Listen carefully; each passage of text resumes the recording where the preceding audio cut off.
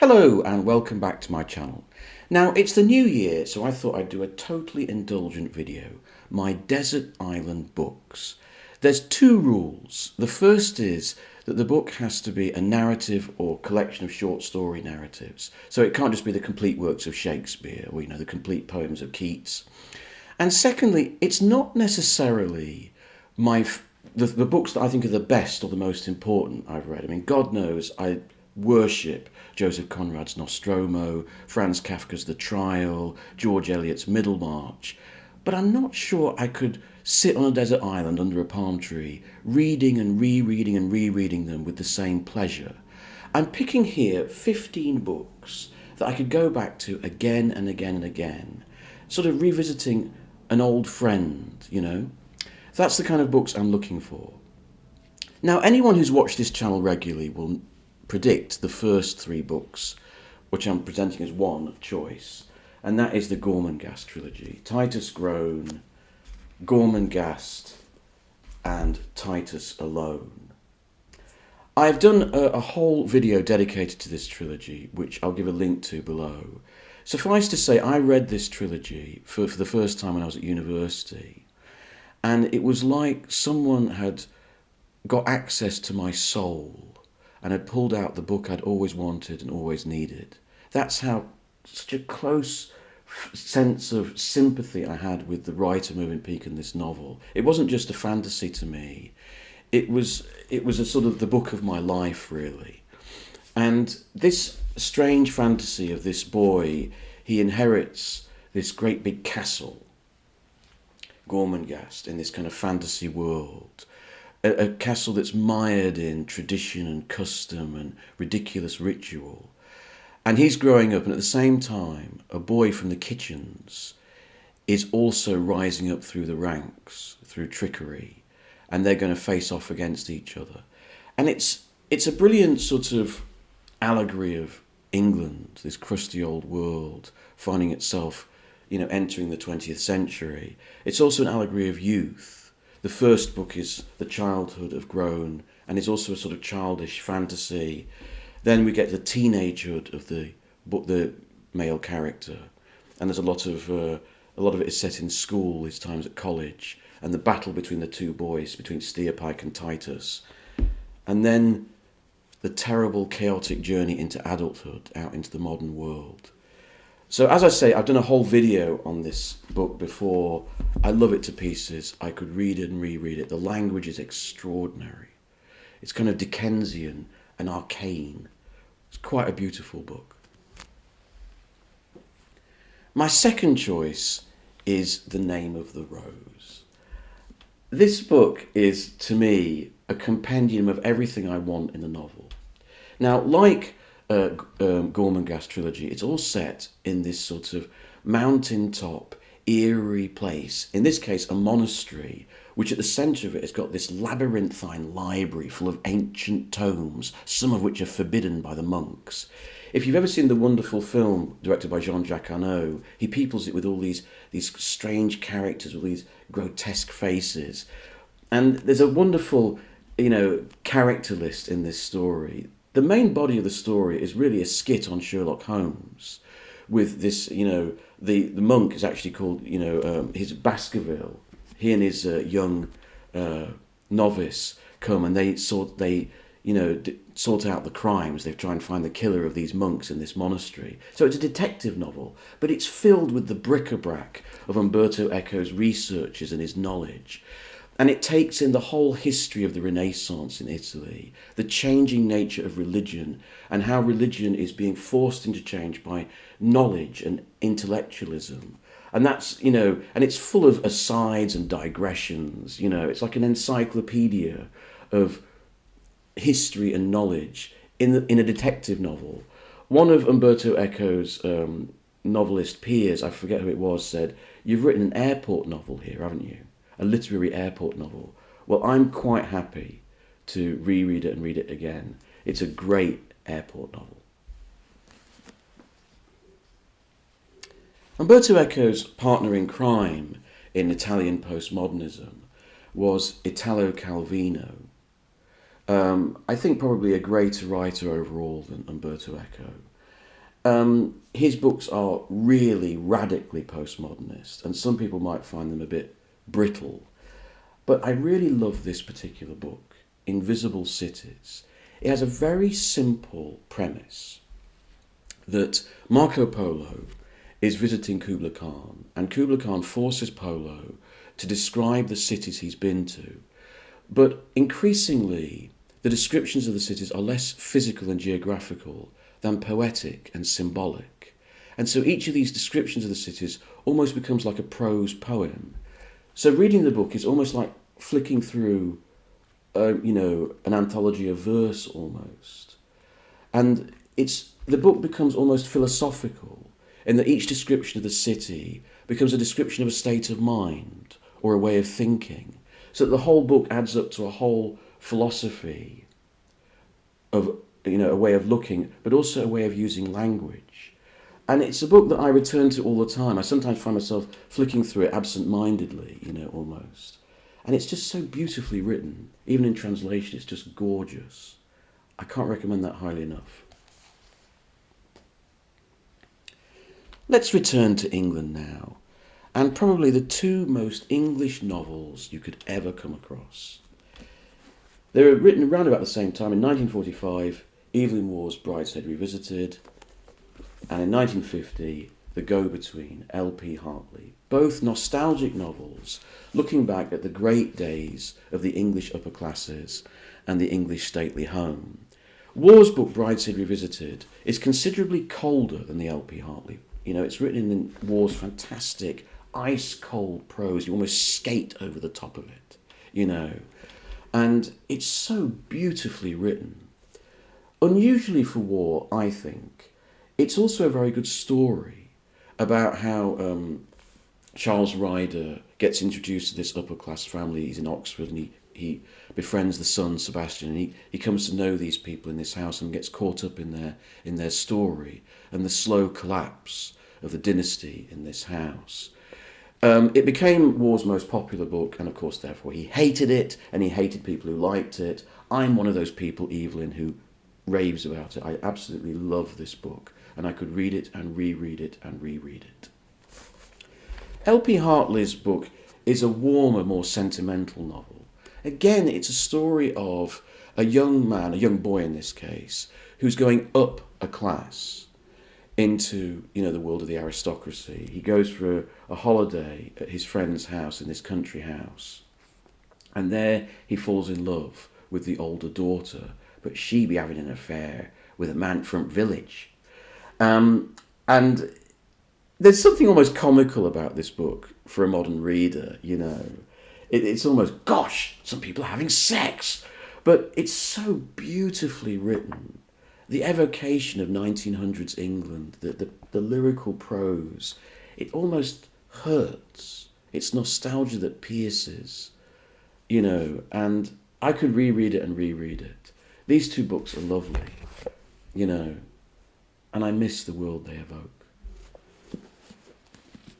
Talking of old worlds, the worlds that M.R. James recalls in his collected ghost stories, the worlds of antiquarians and historians and librarians in fusty old rooms wearing pince-nez, reading ancient occult tomes or ecclesiastical writs or histories of monasteries, and then they start getting chased by weird ghouls or phantoms. I've loved M.R. James's stories since I was a very young age. I have several collections of them, actually. This is my latest collection. I think this has got all of the major ghost stories in, actually. The early ones are the best, that he wrote about the 1900s. Later on, they sort of peter out a little bit.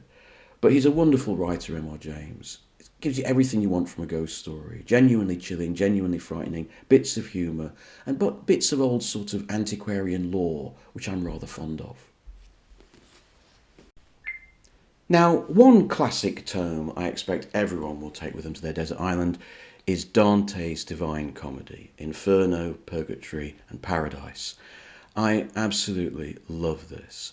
I was very fond of epic poetry when I was at university. I was that kind of person. I read Paradise Lost and Fairy Queen, Virgil's Aeneid, that sort of thing. But Dante's Divine Comedy blasted them all into a cocked hat for me.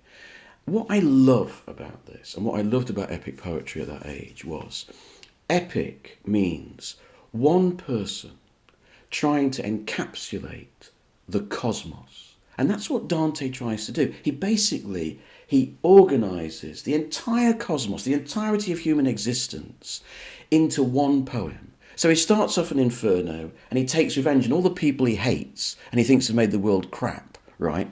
So you do have to read it with some notes to find out who he's talking about. But it's this extraordinary vision of hell where he basically just punishes everyone he hates. Then he goes up towards paradise. And so it becomes, on a literal level, a description of the entire universe. On a social level, him basically showing the socio-political, cultural currents of his time and how they've got there and what he's angry about and what he's hopeful for. And all through it, it's a love story, because pulling him forward through into paradise is Beatrice, his lost love. So it's a fantastically ambitious book. It's a fantastically egotistical book. And it's also very beautiful and moving. And the language is extraordinary, even in translation. I can't recommend, if you've never read Dante's Divine Comedy, if you've always found it like a bit intimidated by it, do try it. It's extraordinary. What you may not know is that in the 1930s, a British science fiction writer wrote a science fiction equivalent of Dante's Divine Comedy, and that's my next choice. It's called Star Maker, and it's by Olaf Stapledon. Stapledon was, for years, even though he was admired by his contemporaries like Virginia Woolf, he was out of print. Now all his books are coming back into print, and he's been rediscovered as one of the greatest science fiction writers of all time. Now, Star Maker is not just a great science fiction novel, it is a great novel, full stop. It is a masterpiece, I think. And it's very simple. This guy has a row with his wife. He stalks out onto the common, and suddenly he seems to be sucked up into the heavens, and he finds himself going on a journey. So like, Dante is taken through the realms of Inferno, Purgatory and Paradise, this man of the 20th century goes through the worlds of the heavens. He goes to different planets, he sees how different aliens live, and eventually he confronts the Star Maker, or God, which is an incredible sequence.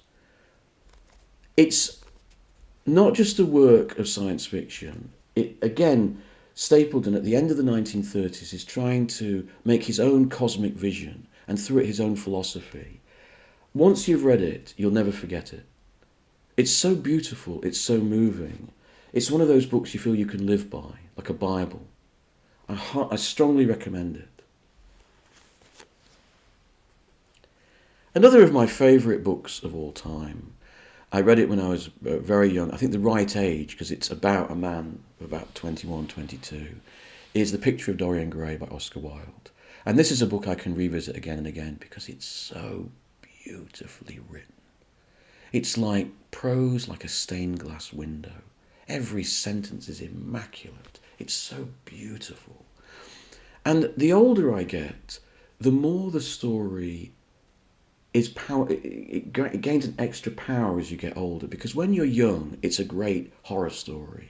This young man, he's youthful, he's handsome, he has this painting done of him, and upstairs in the attic the painting ages and becomes horrible and cankerous, and downstairs he retains his youth, and it's a great story. But the older you get, the pain of it, and this portrait of youth, the energy and the beauty of youth, and the inevitable and necessary loss of it, and the relationship of Lord Wootton, who's basically using Dorian Gray to live vicariously, and the pain that Wootton sees that he's created. He's sort of semi-created this young man, and the sort of horrors that he is responsible for. And that becomes more painful as you get older. So it's a book that it gets better, it gets more richer as you read it as you get older. So The Picture of Dorian Gray is definitely something I would take with me to my desert island. I'm going to pick two books now that were introduced to me at school. I know there were two books that I actually enjoyed reading in those interminable GCSE and A-level classes, but they've stayed with me and I find that I can revisit them. One is La Peste, or The Plague, by Albert Camus. This is one of the great existentialist novels, and it's set in a town in North Africa, actually the town where Camus grew up, and he was a goalkeeper for the local football team. And in the story, it's affected by a plague, a pandemic, and various people try to work out how to deal with this. And it becomes a very philosophical book. You know, it's a sort of allegory of taking on the Nazis, right? But how do you fight the plague?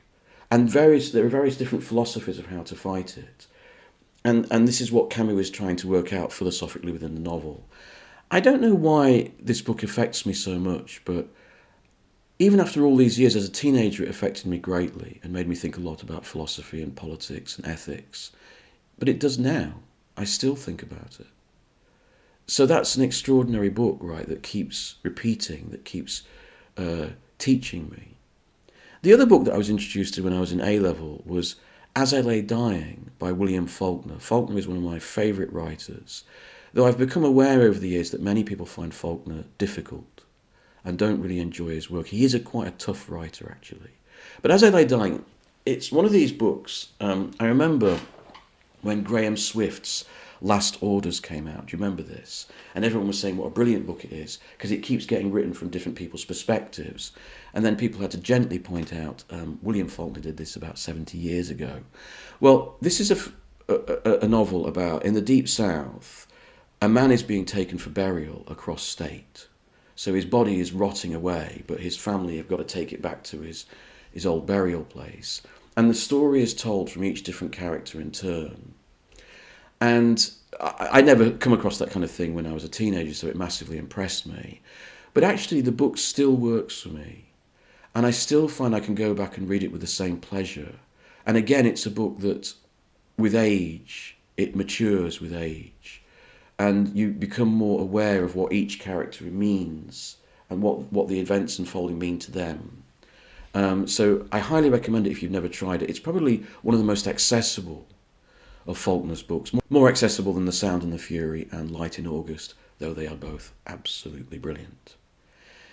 Now, another writer who people consider difficult, and I would have to take to my desert island because I think he is starting to become my favourite prose writer of all time, get ready for this, is our mate Joseph Conrad. Yes, Heart of Darkness. I am that weird guy who would take Heart of Darkness to a desert island. I can never get away from this book. I find it absolutely fascinating. I find Conrad is an incredible writer to me. And his stories of the sea fascinate me. I've always been fascinated by stories of the sea, but Conrad doesn't just write good stories of the sea, good portraits of men under pressure. They become microcosms of humanity. They become microcosms of Western civilization. Or in the case of his first major novella, of the Narcissus, which is here. I'm trying to hide the title so it doesn't cause any offence. This book, interesting little side note for you. I was in Waterstones in Piccadilly Circus the other day, in the classics section. I noticed the Conrad, and they had every single Conrad novel except this one. And I noticed that this story, of the Narcissus, was not in any of the anthologies that were in the bookshop. It's going to get censored soon, this story, and that would be a crying shame, because it is one of the great novellas in the English language. It is a brilliant portrait of men at sea, and it's a story of a trade ship returning from Asia round the Cape of Africa to England. That's it, just a portrait of one voyage. And at the last minute, a crew member joins, the man at the title, and he is a mysterious figure because he seems very contemptuous of everyone else, but he also seems that he's dying. And this splits the men on board the ship. Some of them think he's really dying and they start to sympathise with him. Others think he's putting it on, and he's having them on and he's just trying to get out of the work. And it creates a tension on board ship. And brilliantly, Conrad shows how each man reacts in a different way. And in doing that, he shows this microcosm on board the ship it becomes a portrait of how each system, whether it's a nation or a body of people, the different reactions that can happen and the different tensions that can be created, and it builds this incredible ending where eventually the ship gets back to Britain, this dark industrial Britain, not the romanticised Victorian Britain of our imagination, but a brutal place where these poor sailors are like children, lost children, in the darkness and the noise.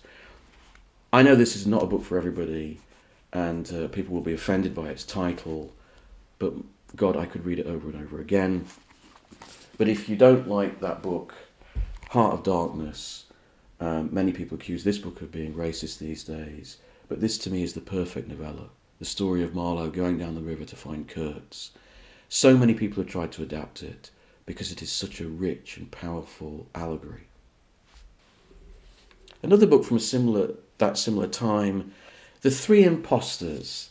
Here is my edition that I fished out of a second-hand bookshop, The Three Impostors by Arthur Machen, who is a weird story, macabre story writer.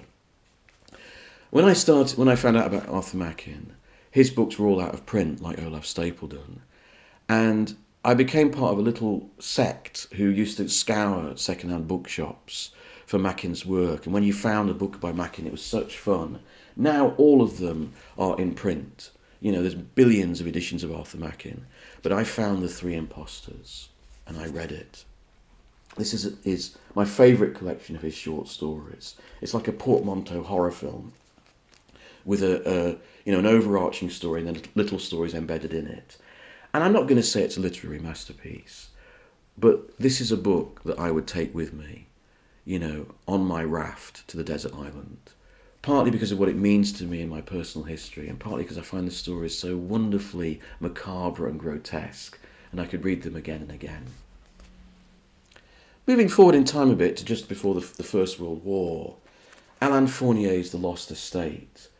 I think this is a book I could read again and again, because it's a beautiful fable. It's rich with the detail of late 19th century life in rural France. And it's about a boy at this little local private school, and he has an adventure. He runs away from school, he comes to this big house, and there's some kind of wedding feast going on there. He falls in love, but then he can never seem to find the house again and the woman he loved.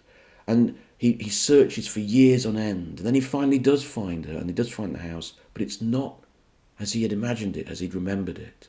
It's a fable of lost youth and trying to recapture that sense. It's so beautiful, so painful, so haunting, and I think I could revisit it again and again.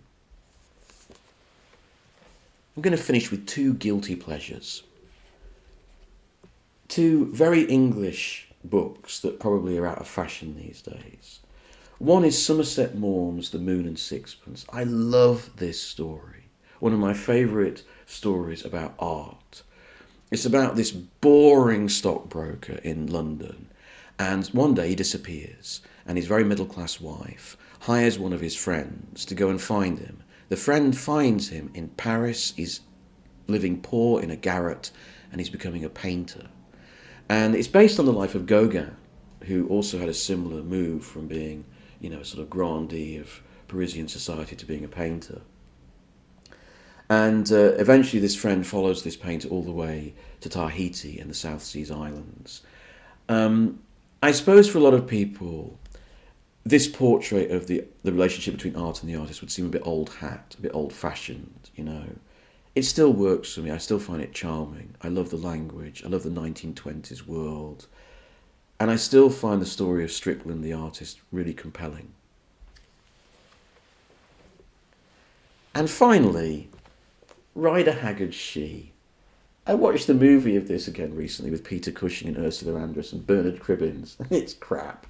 But, I love this story. This book really surprised me. I read it in my 20s. I'd heard about it, and I thought, why not? I thought I'd probably think it was a lot of rubbish.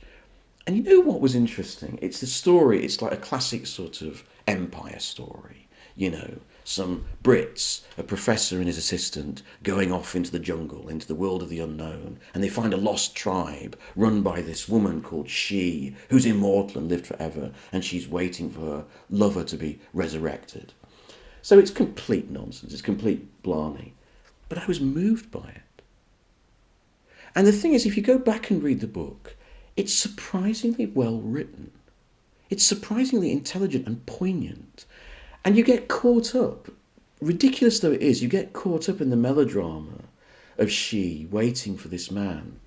And it's a very strange book, She, because at the centre of it is this impossibly beautiful woman. But the whole book is about beauty, in a way that doesn't come across in the Hammer film at all.